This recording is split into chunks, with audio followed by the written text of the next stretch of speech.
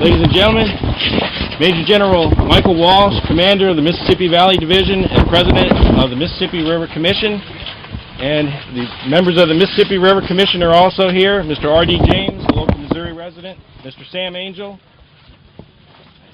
Colonel Reichling is here, and also Mr. Smith from Louisiana, and Colonel Reichling, the Commander of the Memphis District.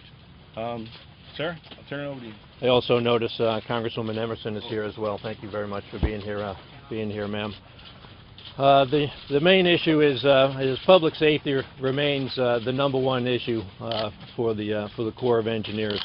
And as I've been talking to you all week, the things that we've been looking at is how much pressure that the system's been under, and it continues to be under enormous and unprecedented pressure. The K-row gauge has gone up about 1.5 feet since yesterday, and it's going to continue to rise. We see in a number of areas where the mayors are beginning to evacuate. If you look at Southland in Kentucky, I hear that they're going to evacuate. K-row has.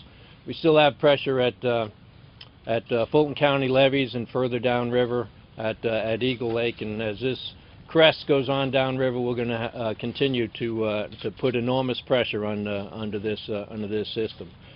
So, because of the pressure that we have, and also that the gauge is at 61, above 61, and continuing to rise, and we're also concerned with the safety of the men and women that we have on the levee.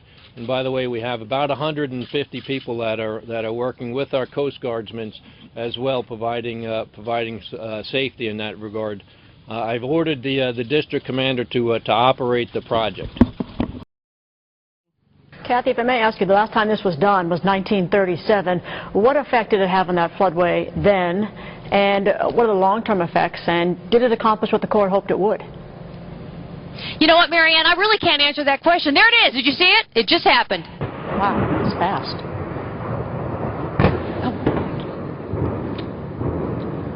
Pause for a second.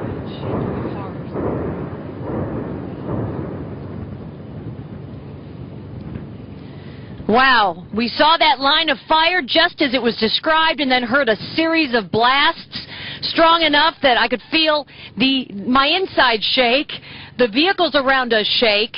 I'm sure it was a sound loud enough for you all to hear. That was the intentional breaching of the Birds Point levee.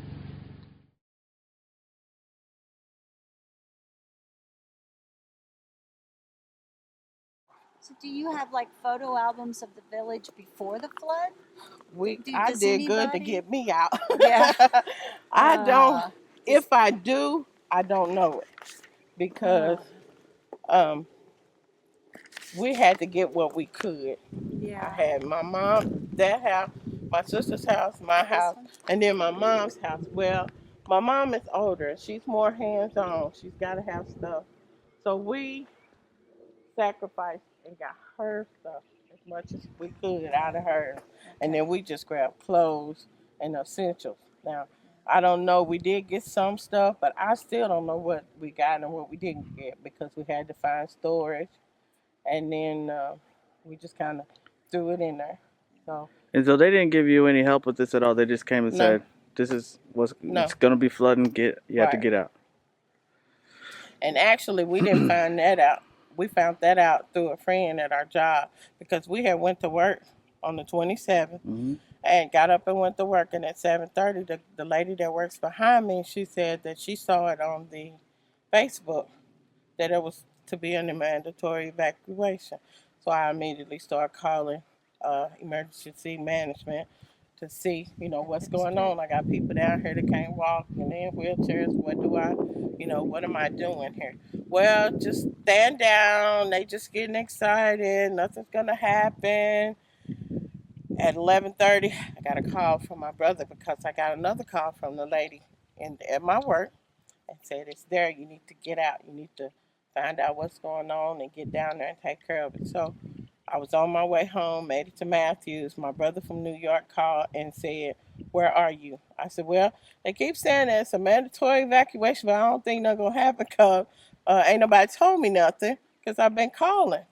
And he said, I tell you what, you get down there, get your shit, and get out, because I am hearing it here in New York City that you my need to get out. It's a mandatory evacuation. Well, still, we didn't hear anything until it came on TV by 12:30. And they didn't send out ambulances or trucks, anything to help you get out. No. Oh my God.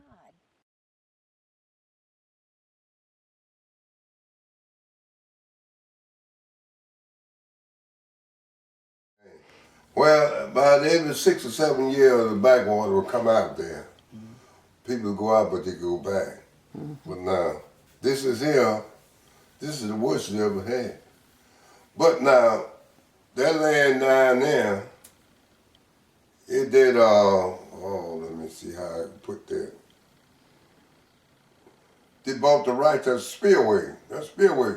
They bought the right to that spillway. The governor did. Of course, he could turn it in there when he get ready, but they didn't have to do that. They bought the right. They give every family down there back in the early 60s, they give them $50 for an easement. They sign the easement. If they have to blow that levee, they could go ahead and blow it. But they didn't have to blow that levee this last time. That water run over top of that levee. They're going to let the levee broke itself. It wasn't done near much bad. Well, see, he had 130,000 acres of land went on the water. Good land. Went on the water. That didn't have to do that.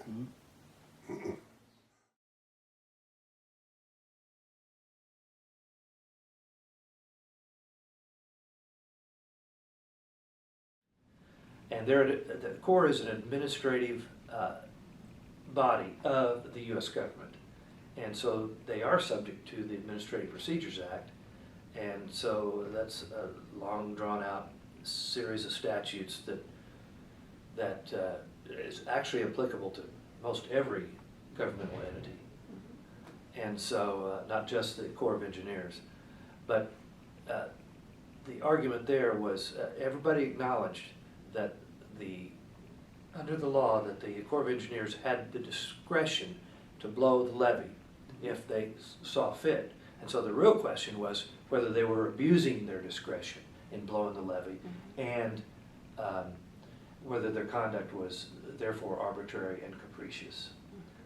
And after I heard all the evidence, you know, this could have been hours away that the flood was going over 60 feet at Carroll and that they were going to have to do this. So Sandy, who you met, and one of my law clerks and our court reporter, we stayed up till 2:30 in the morning and cranked out that opinion.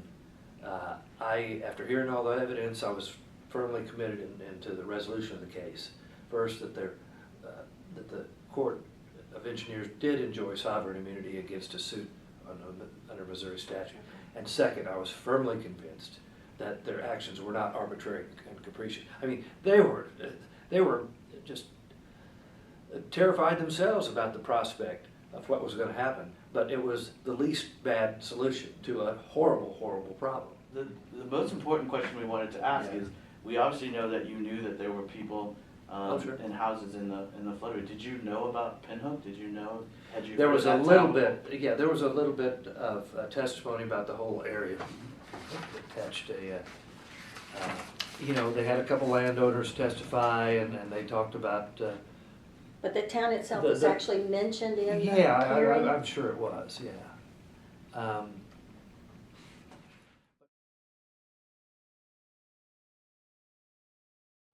No, this part of the country was good farm country where out at Pinhook and gardening. I loved the garden.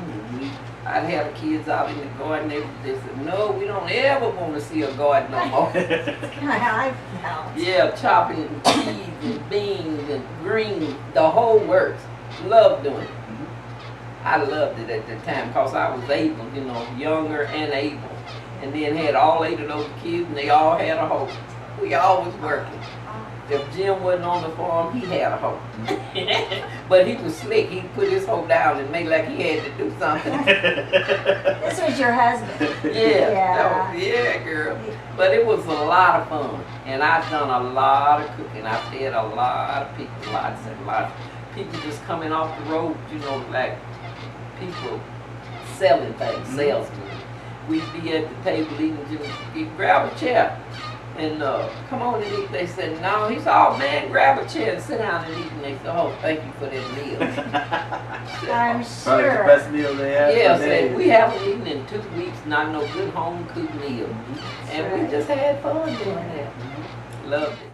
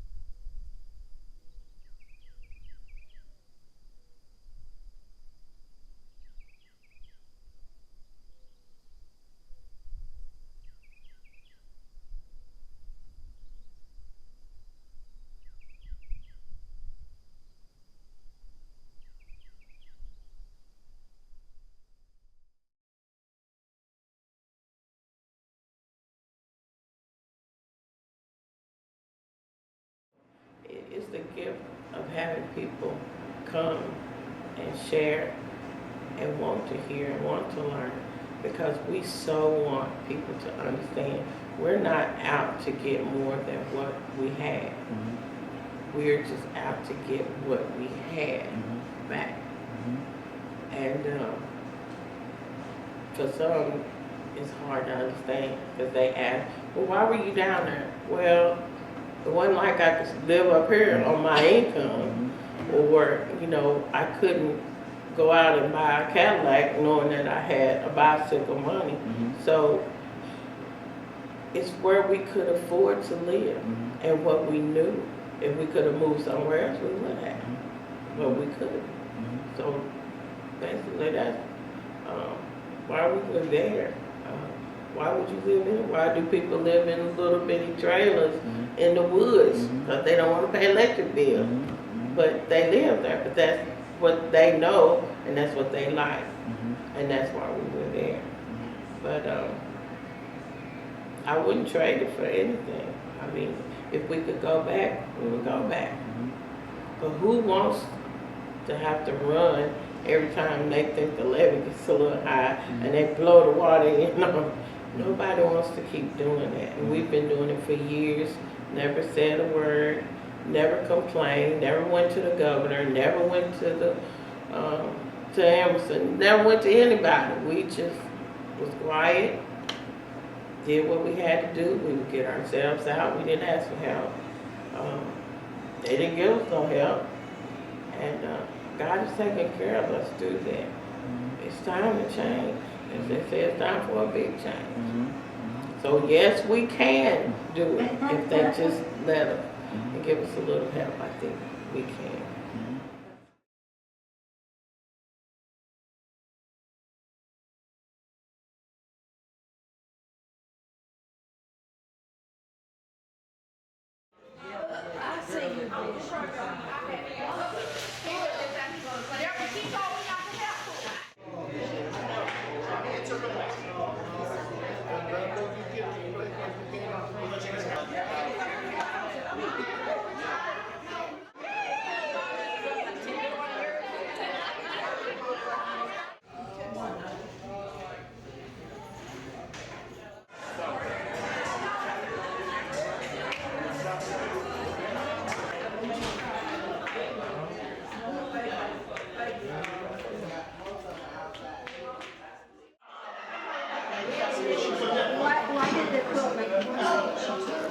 Just because it's just, you know, I can't go there and see it no more.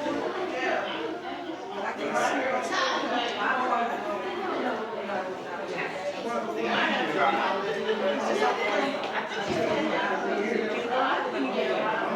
And that's all I'm even telling you. Some pictures. And most of the houses are destroyed.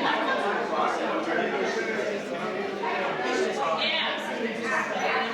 Like I said, I stay away from it as long long as I can. Then I have to come to Pinhook.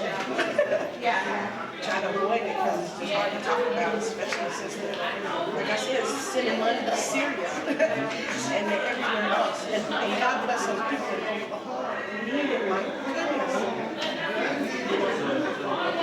Yeah, and I just feel like, kind of like we were treated like the government was a pimp and just said, hey, take this, get back out there and do your thing, you know. So take what you got and just keep it moving. That's why I just...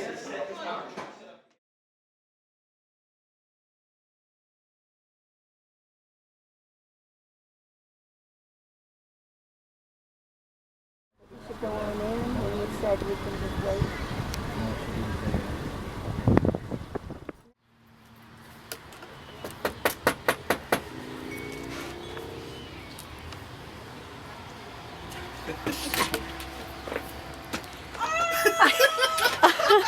Look who's here! Come on in! Hi! See you. I know! Bless your heart! Hi, Savannah! Come on in! This is Emily. Hi, Emily! Hi, Twan. Hi, nice to meet you. It's all right. It's all right. And this is the Queen's chair. Queen's chair. That's the queen. I got it all set out. I got spoons. Did you take the chicken out of it? I got chicken out. Where'd we get baked chicken from? I went and got it. Damn, you should have called me. I know. We were going to offer to pick up some, and we were trying to get You the gonna lights. pick up some, you gonna pick your feet up and bring them and go in here. Come on. That's not the case. I don't You can tell the difference. Yeah, that's It right. was really, You know, you got people that'd be nice, you know. Then she come back a few minutes later and say, I can't give it back, and I'm thinking, why not? You can't see the Mississippi River from Pinhook. Yeah, you can't even go 9 miles. That ain't Pinhook then. That's Well, the that you at the river.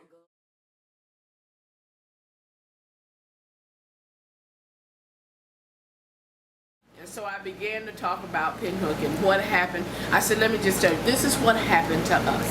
And so I began to talk about it, and I said, and then on May 2nd, they blew the levee, and Deborah sitting beside me, she said, are you okay? I was like, shut up, Deborah, shut up. It was so, it was so funny, and I love that, but it was devastating. And I think just, because, we grew up there. I mean, and we knew everybody. At one point in time, all of us were related by blood or marriage. And that was a lot, at one point in time, it was a lot of us. It was a lot of kids. We filled up a bus. And it was overcrowded. The bus was overcrowded. And they never gave us in another bus to our area. And we would have like, I think that at the time the number was 70 or 65, and we always had 74. So we always had over the amount of people. And we would cram in seats. He put 4 people to a seat, everything to get us to school. And George told us that. Yeah, and it was always overcrowded, but we had the best bus in East Spread School District. I ain't lying, because he would not play with us. He kept a switch on the bus, and then he got a paddle. He had a belt. He would do it up. And then if once they got too old, he would put you, like if you would show out on the bus empty, he would say, come up to the front. He'd put you on the steps and turn the heat up. You would be there. It was the best.